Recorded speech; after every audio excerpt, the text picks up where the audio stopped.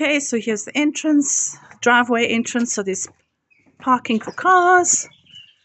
That's the entrance to the house, but the apartment, we'll go there later. This is the outside area. There is cushions for all the furniture. You can enter the second bedroom from the end of that over there. Here we go.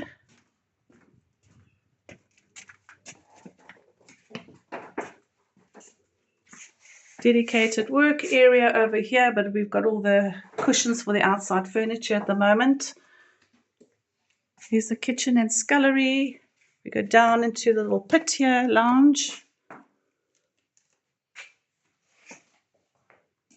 Separate dining area. And we have the first bedroom up here. There we go. Ensuite. The other bathroom does have a bathtub. Dressing area. Go back into the main section here.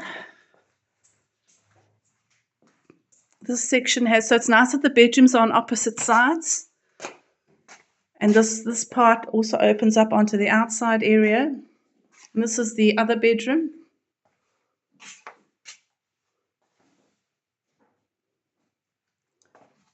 With its own ensuite. It has a shower over the bath. There we go, there's your bathtub. And that's it.